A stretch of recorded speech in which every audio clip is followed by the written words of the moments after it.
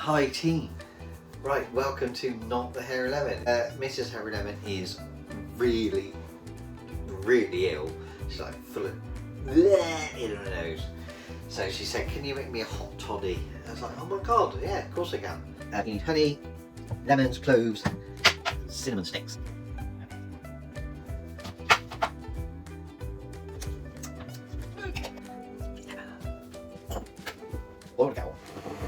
Got some whiskey, we got some Speyside whiskey. Yes, we have.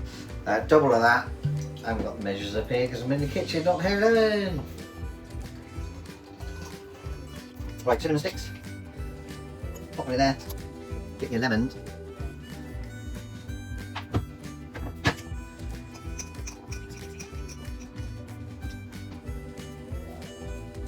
If that does not cure your illness, then you need to go to the doctors.